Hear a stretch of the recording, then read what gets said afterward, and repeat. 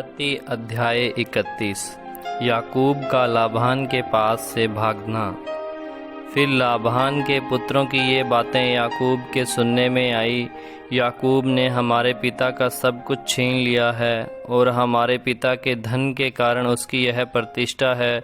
और याकूब ने लाबान के मुख पर दृष्टि की और ताड़ लिया कि वह उसके प्रति पहले के समान नहीं है। तब यहोवा ने याकूब से कहा, अपने पितरों के देश, अपनी जन्मभूमि को लौट जा और मैं तेरे संग रहूँगा। तब याकूब ने राहेल और लिया को मैदान में अपनी भेड़ बकरियों के पास बुलवाकर कहा, तुम्हारे पिता के मुख से मुझे जान पड़ता है कि वह मुझे पहले के समान अब नहीं देखता, पर मेरे पिता का परमेश्वर मेरे संग है। तुम भी जानती हो कि मैंने तुम्हारे पिता की सेवा शक्ति भर की है। फिर भी तुम्हारे पिता ने मुझसे छल करके मेरी मजदूरी को 10 बार बदल दिया, परंतु परमेश्वर ने उसको मेरी हानि करने नहीं दिया। जब उसने कहा, चींटी वाले बच्चे तेरी मजदूरी ठहरेंगे, तब सब भेड़ बकरियां चींटी वाले ही जलने लगी। और जब उसने कहा, धारी वाले बच्चे तेरी मजदूरी ठहरेंगे, तब सब भेड़ बकरियां धारी वाले जनने लगी। इस रीति से परमेश्वर ने तुम्हारे पिता के पशु लेकर मुझको दे दिए। भेड़ बकरियों के गाभिन होने के समय मैंने स्वप्न में क्या देखा कि जो बकरे बकरियों पर चढ़ रहे हैं वे धारी वाले, चींटी वाले और धब्बे वाले हैं।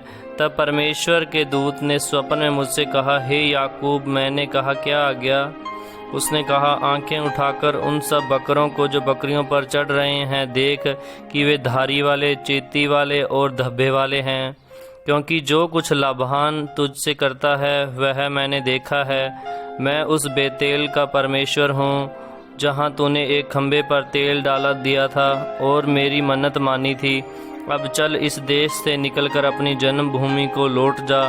तब राहेल और लिया ने उससे कहा, क्या हमारे पिता के घर में अब भी हमारा कुछ भाग वहाँ अंश बचा है? क्या हम उसकी दृष्टि में पराये न ठहरी? देख, उसने हमको तो बेच डाला और हमारे रुपये को खा बैठा है। इसलिए परमेश्वर ने हमारे पिता का जितना धन ले लिया है वह हमारा और हमारे बच्चे का है। अब जो कुछ परमेश्वर ने तुझसे कहा है वही कर। तब याकूब ने अपने बच्चों और स्त्रियों को ऊँटों पर चढ़ाया और जितने पशुओं को वह पद्दनराम में इकट्ठा करके धनाढ्य हो गया था, सबको कनान में अपने पिता इसहाक के पास जाने के विचार से साथ ले गया। लाबान अपनी भेड़ों का ऊन कतरने के लिए चला गया था और राहेल अपने पिता के गृह देवताओं को चुरा ले गई। अतः याकूब लाबान अरामी के पास से चोरी से चला गया। उसको न बताया कि मैं भागा जाता हूँ। वह अपना सब कुछ लेकर भागा और महानद के पार उतरकर अपना मुँह गिलाद के पहाड़ी देश की ओर किया। लाबान द्वारा याकूब का पीछा करना। तीसरे दिन लाबान को समाचार मिला कि याकूब भाग गया है, इसलिए उसने अपने भाइयों को साथ लेकर उसका 7 दिन तक पीछा किया और गिलाद के पहाड़ी देश में उसको जा पकड़ा। परंतु परमेश्वर ने रात के स्वप्न में आरामी लाबान के पास आकर कहा, सावधान रह, तू याकूब से न तो भला कहना और न बुरा। और लाबान याकूब के पास पहुंच गया। याकूब अपना तंबू गिलाद नामक पहाड़ी देश में खड़ा किए पड़ा था और लाबान ने भी अपने भाइयों के साथ अपना तंबू उसी पहाड़ी देश में खड़ा किया। तब लाबान याकूब से कहने लगा, तूने यह क्या किया कि मेरे पास से चोरी से चला आया और मेरी बेटियों को ऐसा ले आया मानो तलवार के बल से बंदी बनाई गई हो? तू क्यों चुपके से भाग आया और मुझसे बिना कुछ कहे मेरे पास से चोरी से चला आया? नहीं तो मैं तुझे आनंद के साथ मृदंग और वीणा बजवाते और गीत गवाते विदा करता। तूने तो मुझे अपने बेटे बेटियों को चूमने तक न दिया। तूने मूर्खता की है। तुम लोगों की हानि करने की शक्ति मेरे हाथ में तो है, पर तुम्हारे पिता के परमेश्वर ने मुझसे बीती रात में कहा, सावधान रह, याकूब से न तो भला कहना और न बुरा। भला अब तू अपने पिता के घर का बड़ा अभिलाषी होकर चला आया तो चला आया, पर मेरे देवताओं को तो तू क्यों चुरा ले आया है? याकूब ने लाबान को उत्तर दिया, मैं यह सोचकर डर गया था कि तू अपनी बेटियों को मुझसे छीन न ले। जिस किसी के पास तूने अपने देवताओं को पाए वह जीवित न बचेगा। मेरे पास तेरा जो कुछ निकले उसे भाई बंधुओं के सामने पहचान कर ले ले, क्योंकि याकूब न जानता था कि राहेल ग्रह देवताओं को चुरा ले आई है। यह सुनकर लाबान याकूब और लिया और दोनों दासियों के तंबुओं में गया और कुछ न मिला। तब लिया के तंबू में से निकलकर राहेल के तंबू में गया। राहेल तो ग्रह देवताओं को ऊंट की काठी में रख के उन पर बैठी थी। लाबान ने उसके सारे तंबू में टटोलने पर भी उन्हें न पाया। राहेल ने अपने पिता से कहा, हे मेरे प्रभु, इससे अप्रसन्न न हो कि मैं तेरे सामने नहीं उठी, क्योंकि मैं मासिक धर्म से हूँ। अतः उसे ढूंढने पर भी ग्रह देवता उसको न मिले। तब याकूब क्रोधित होकर लाबान से झगड़ने लगा और कहा, मेरा क्या अपराध है, मेरा क्या पाप है कि तू इतना क्रोधित होकर मेरा पीछा किया है। तूने जो मेरी सारी सामग्री को टटोल कर देखा, तो तुझको अपने घर की सारी सामग्री में से क्या मिला?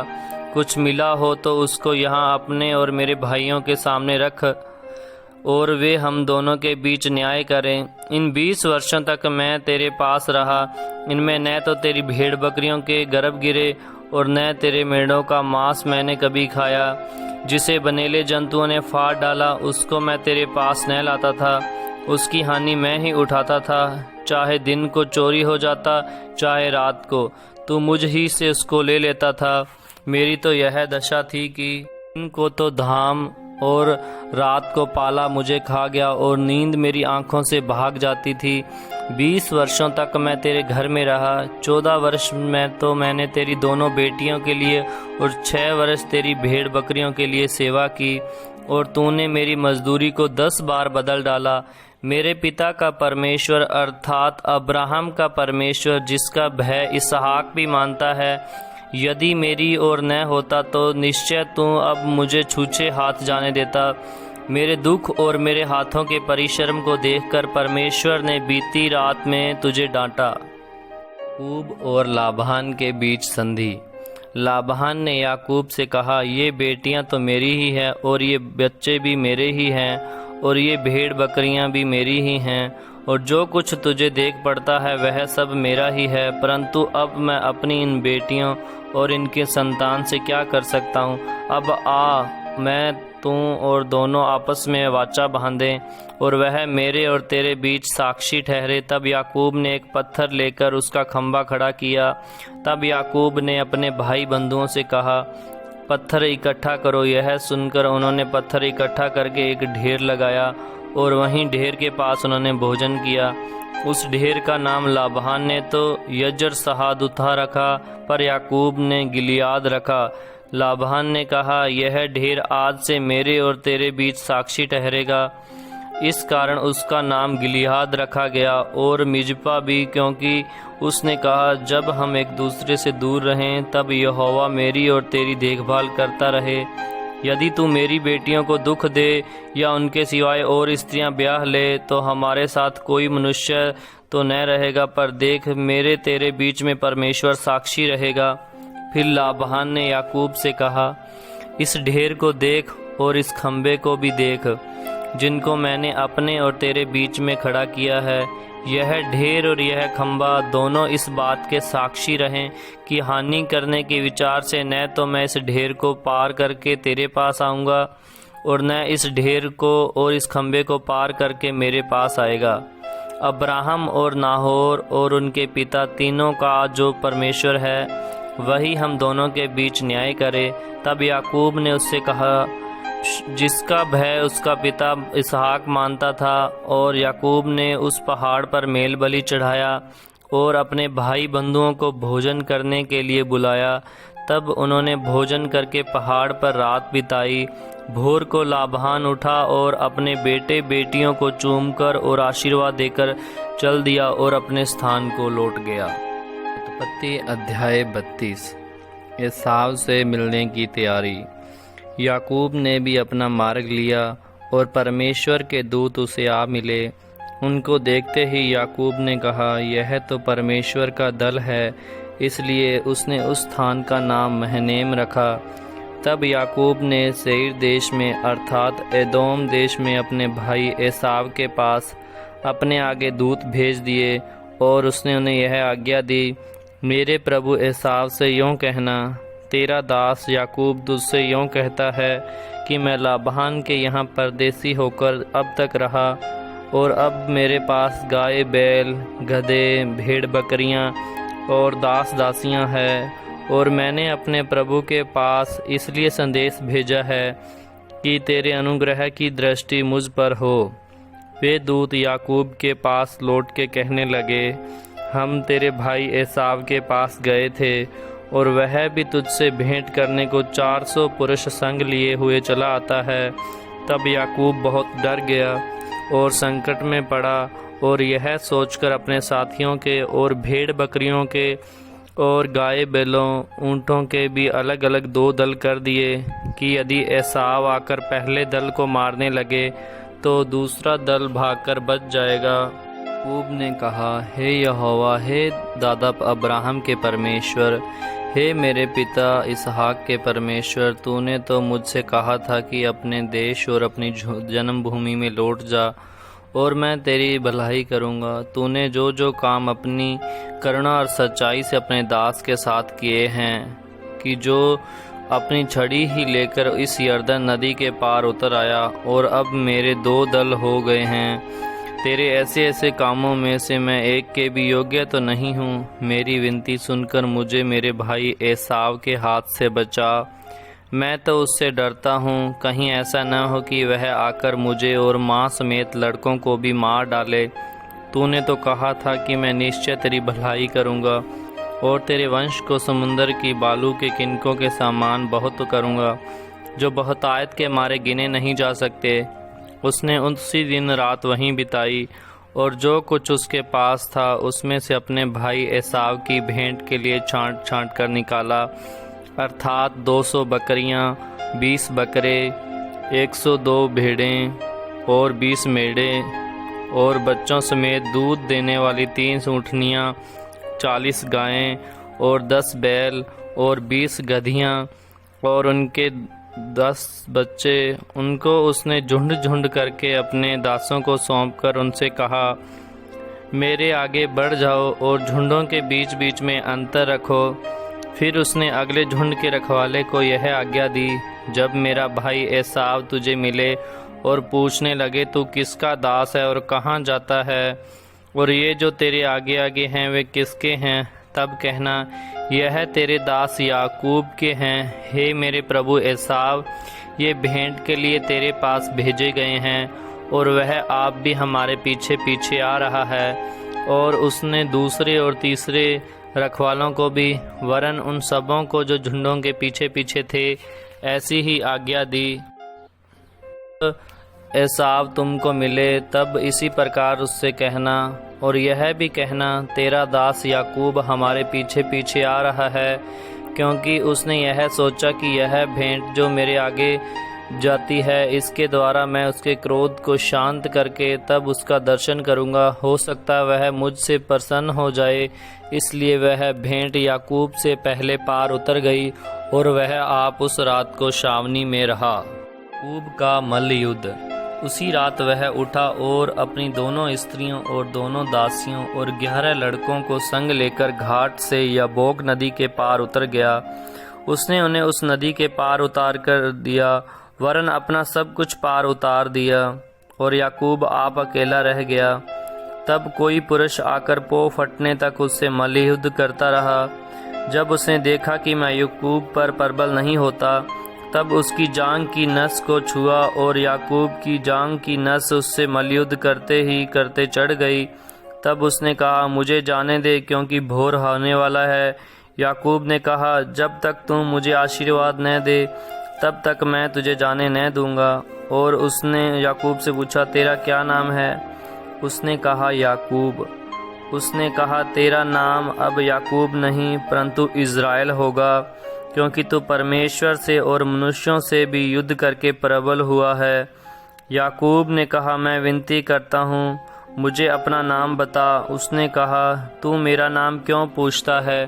तब उसने उसको आशीर्वाद दिया, और याकूब ने यह कहकर उस स्थान का नाम पनीएल रखा, परमेश्वर को आमने सामने देखकर भी मेरा प्राण बच गया। पनीएल के पास से चलते चलते सूर्य उदय हो गया और वह जांग से लंगड़ाता था। इजरायली जो पशुओं की जांग को जोड़ वाले जंगानस को आज के दिन तक नहीं खाते, इसका कारण यही है कि उस पुरुष ने याकूब की जांग के जोड़ में जंगानस को छुआ था। उत्पत्ति अध्याय 33। याकूब और एसाव का मिलन। याकूब ने आंखें उठाकर यह देखा कि एसाव 400 पुरुष संग लिए हुए चला आता है। तब उसने बच्चों को अलग अलग बांट कर लिया और राहेल और दोनों दासियों को सौंप दिया, और उसने सबसे आगे लड़कों समेत दासियों को, उसके पीछे लड़कों समेत लिया को, और सबके पीछे राहेल और यूसुफ को रखा। और आप उन सब के आगे बढ़ा और 7 बार भूमि पर गिर के दंडवत की और अपने भाई के पास पहुंचा। तब एसाव उससे भेंट करने को दौड़ा और उसको हृदय से लगाकर गले से लिपटकर चूमा। फिर वे दोनों रो पड़े। तब उसने आंखें उठाकर स्त्रियों और बच्चों को देखा और पूछा, ये जो तेरे साथ हैं वे कौन हैं? उसने कहा, ये तेरे दास के लड़के हैं जिन्हें परमेश्वर ने अनुग्रह करके मुझको दिया है। तब लड़कों समेत दासियों ने निकट आकर दंडवत किया। फिर लड़कों समेत लिया निकट आई और उन्होंने भी दंडवत किया। अंत में यूसुफ और राहेल ने भी निकट आकर दंडवत किया। तब उसने पूछा, तेरा यह बड़ा दल जो मुझको मिला, उसका क्या प्रयोजन है? उसने कहा, यह है कि मेरे प्रभु की अनुग्रह की दृष्टि मुझ पर हो। एसाव ने कहा, हे मेरे भाई, मेरे पास तो बहुत है, जो कुछ तेरा है वही तेरा ही रहे। याकूब ने कहा, नहीं नहीं, यदि तेरा अनुग्रह मुझ पर हो तो मेरी भेंट ग्रहण कर, क्योंकि मैंने तेरा दर्शन पाकर मानो परमेश्वर का दर्शन पाया है, और तू मुझसे प्रसन्न हुआ है। इसलिए यह भेंट जो तेरे लिए भेजी गई है ग्रहण कर, क्योंकि परमेश्वर ने मुझ पर अनुग्रह किया है और मेरे पास बहुत है। और उसने उससे बहुत आग्रह किया। तब उसने भेंट को ग्रहण किया। एसाव ने कहा, आ हम बढ़ चलें और मैं तेरे आगे आगे चलूँगा। याकूब ने कहा, हे मेरे प्रभु, तू जानता ही है कि मेरे साथ सुकुमार लड़के और दूध देने वाली भेड़ बकरियां और गायें हैं। यदि ऐसे पशु एक दिन भी अधिक हाँके जाएं तो सब के सब मर जाएंगे। इसलिए मेरा प्रभु अपने दास के आगे बढ़ जाए और मैं इन पशुओं की गति के अनुसार जो मेरे आगे हैं और बच्चों की गति के अनुसार धीरे धीरे चलकर सेईर में अपने प्रभु के पास पहुंचूंगा। एसाव ने कहा, तो मैं अपने साथियों में से कई एक तेरे साथ छोड़ जाऊं? उसने कहा, यह क्यों? इतना ही बहुत है कि मेरे प्रभु के अनुग्रह की दृष्टि मुझ पर बनी रहे। तब एसाव ने उसी दिन सेईर जाने को अपना मार्ग लिया, परंतु याकूब वहां से निकलकर सुकोत को गया और वहां अपने लिए एक घर और पशुओं के लिए झोंपड़े बनाए। इसी कारण उस स्थान का नाम सुकोत पड़ा। याकूब जो पद्दनराम से आया था, उसने कनान देश के शकेम नगर के पास कुशल क्षेम से पहुंचकर नगर के सामने डेरे खड़े किए, और भूमि के जिस खंड पर उसने अपना तंबू खड़ा किया उसको उसने शकेम के पिता हमोर के पुत्रों के हाथ से 100 कसीतों में मोल लिया। वहां उसने एक वेदी बनाकर उसका नाम एल अलोहे इज़राइल रखा। उत्पत्ति अध्याय 34। दीना को भ्रष्ट किया जाना। एक दिन लिया की बेटी दीना, जो याकूब से उत्पन्न हुई थी, उस देश की लड़कियों से भेंट करने को निकली। तब उस देश के प्रधान हित्वी हमोर के पुत्र शकेम ने उसे देखा और उसे ले जाकर उसके साथ कुकर्म करके उसको भ्रष्ट कर डाला। तब उसका मन याकूब की बेटी दीना से लग गया और उसने उस कन्या से प्रेम की बातें की और उससे प्रेम करने लगा। अतः शकेम ने अपने पिता हमोर से कहा, मुझे इस लड़की को मेरी पत्नी होने के लिए दिला दे। और याकूब ने सुना कि शकेम ने मेरी बेटी दीना को अशुद्ध कर डाला है, पर उसके पुत्र उस समय पशुओं के संग मैदान में थे, इसलिए वह उनके आने तक चुप रहा। तब शकेम का पिता हमोर निकलकर याकूब से बातचीत करने के लिए उसके पास गया। याकूब के पुत्र यह सुनते ही मैदान ही से बहुत उदास और क्रोधित होकर आए, क्योंकि शकेम ने याकूब की बेटी के साथ कुकर्म करके इज़राइल के घराने से मूर्खता का ऐसा काम किया था जिसका करना अनुचित था। हमोर ने उन सबको कहा, मेरे पुत्र शकेम का मन तुम्हारी बेटी पर बहुत लगा है, इसलिए उसे उसकी पत्नी होने के लिए उसको दे दो और हमारे साथ ब्याह किया करो। अपनी बेटियां हमको दिया करो और हमारी बेटियों को आप लिया करो। हमारे संग बसे रहो और यह देश तुम्हारे सामने पड़ा है, इसमें रहकर लेन देन करो और इसकी भूमि को अपने लिए ले लो। शकेम ने भी दीना के पिता और भाइयों से कहा, यदि मुझ पर तुम लोगों की अनुग्रह की दृष्टि हो तो जो कुछ तुम मुझसे कहो वह मैं दूंगा। तुम मुझसे कितना भी मूल्य या बदला क्यों न मांगो तो भी मैं तुम्हारे कहे के अनुसार दूंगा, परंतु उस कन्या को पत्नी होने के लिए मुझे दो। तब यह सोचकर कि शकेम ने हमारी बहन दीना को अशुद्ध किया है, याकूब ने पुत्रों के शकेम और उसके पिता हमोर को छल के साथ यह उत्तर दिया, हम ऐसा काम नहीं कर सकते कि किसी खतना रहित पुरुष को अपनी बहन दें, क्योंकि इससे सारी नामधराई होगी। इस बात पर तो हम तुम्हारी मान लेंगे कि हमारे समान तुम में से हर एक पुरुष का खतना किया जाए, तब हम अपनी बेटियां तुम्हें ब्याह देंगे और तुम्हारी बेटियां ब्याह लेंगे और तुम्हारे संग बसे भी रहेंगे और हम दोनों एक ही समुदाय के मनुष्य हो जाएंगे। पर यदि तुम हमारी बात न मानकर अपना खतना न कराओगे तो हम अपनी लड़की को लेके यहाँ से चले जाएंगे। उनकी इस बात पर हमोर उसका पुत्र शकेम प्रसन्न हुए और वह जवान जो याकूब की बेटी का बहुत चाहता था, इस काम को करने से विलंब उसने न किया। वह अपने पिता के सारे घराने से अधिक प्रतिष्ठित था, इसलिए हमोर और उसका पुत्र शकेम अपने नगर के फाटक के निकट जाकर नगरवासियों को यूँ समझाने लगे, वे मनुष्य हमारे संग मेल से रहना चाहते हैं, अतः उन्हें इस देश में रह के लेन देन करने दो। देखो यह देश उनके लिए भी बहुत है, फिर हम लोग उनकी बेटियों को ब्याह लें और अपनी बेटियों को उन्हें दिया करें। वे लोग केवल इस बात पर हमारे संग रहने और एक ही समुदाय के मनुष्य हो जाने को प्रसन्न है कि उनके समान हमारे सब पुरुषों का भी खतना किया जाए। क्या उनकी भेड़ बकरियां और गाय बैल वरन उनके सारे पशु और धन संपत्ति हमारी न हो जाएगी? इतना ही करें कि हम लोग उनकी बात मान लें तो वे हमारे संग रहेंगे।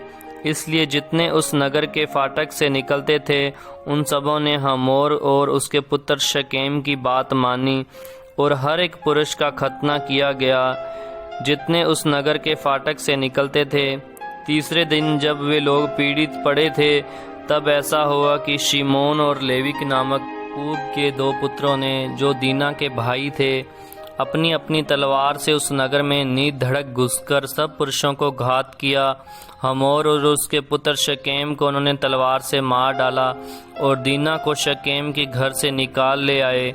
याकूब के पुत्रों ने घात कर डालने पर भी नगर चढ़कर को इसलिए लूट लिया कि उस नगर में उनकी बहन अशुद्ध हो गई थी। उन्होंने भेड़ बकरी और गाय बैल और गधे और नगर और मैदान में जितना धन था ले लिया। उस सब को और उनके बाल बच्चों और स्त्रियों को भी हर ले गए, वरन घर घर में जो कुछ था उसको भी उन्होंने लूट लिया।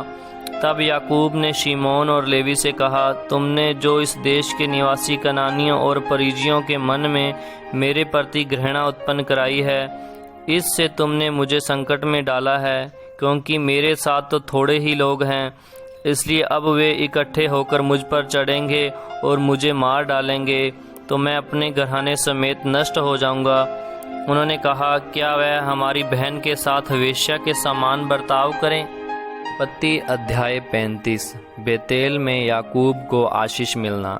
तब परमेश्वर ने याकूब से कहा, यहाँ से निकलकर बेतेल को जा और वहीं रह और वहाँ परमेश्वर के लिए वेदी बना, जिसने तुझे उस समय दर्शन दिया था जब तू अपने भाई एसाव के डर से भागा जाता था।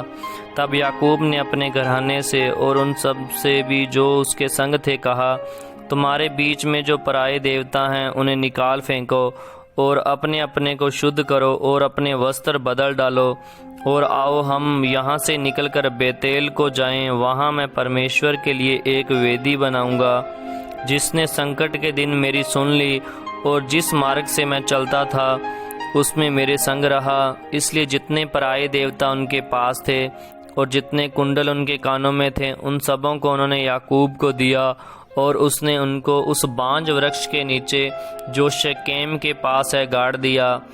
तब उन्होंने कूच किया और उनके चारों ओर के नगर निवासियों के मन में परमेश्वर की ओर से ऐसा भय समा गया कि उन्होंने याकूब के पुत्रों का पीछा न किया।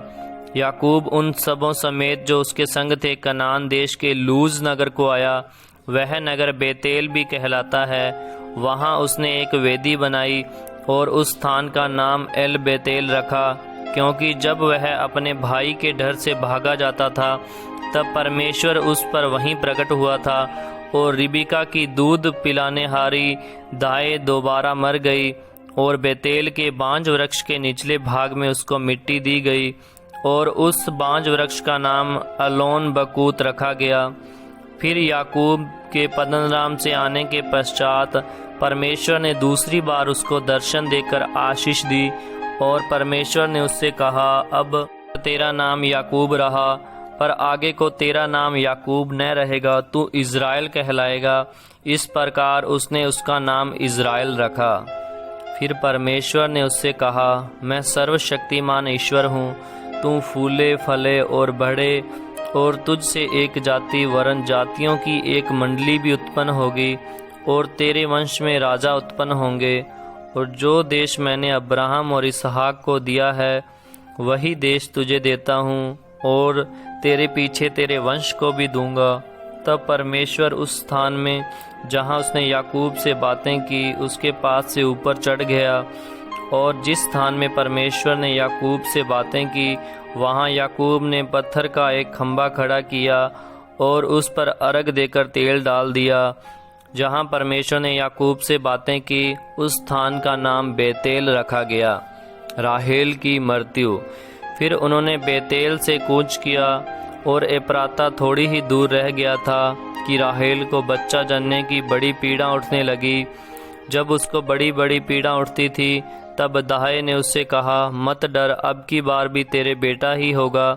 तब ऐसा हुआ कि वह मर गई और प्राण निकलते निकलते उसने उस बेटे का नाम बेनोनी रखा, पर उसके पिता ने उसका नाम बिन्यामीन रखा।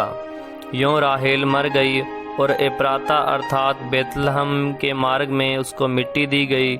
याकूब ने उसकी कब्र पर एक खंभा खड़ा किया। राहेल की कब्र का वह खंभा आज तक बना है। फिर इज़राइल के कूच किया और एधेर नामक गुमट के आगे बढ़कर अपना तंबू खड़ा किया। याकूब के पुत्र।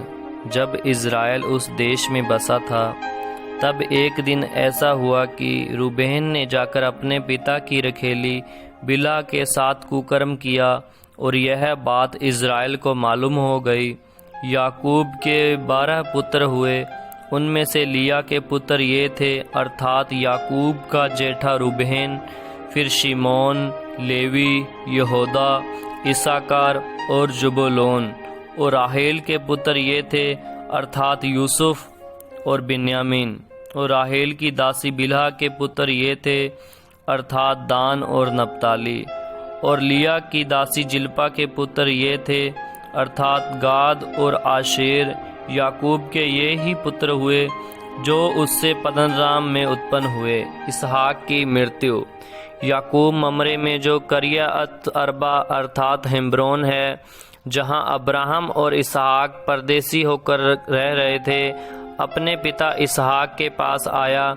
इसहाक की आयु 180 वर्ष की हुई और इसहाक का प्राण छूट गया और वह मर गया। और वह बूढ़ा और पूरी आयु का होकर अपने लोगों में जा मिला और उसके पुत्र एसाव और याकूब ने उसको मिट्टी दी।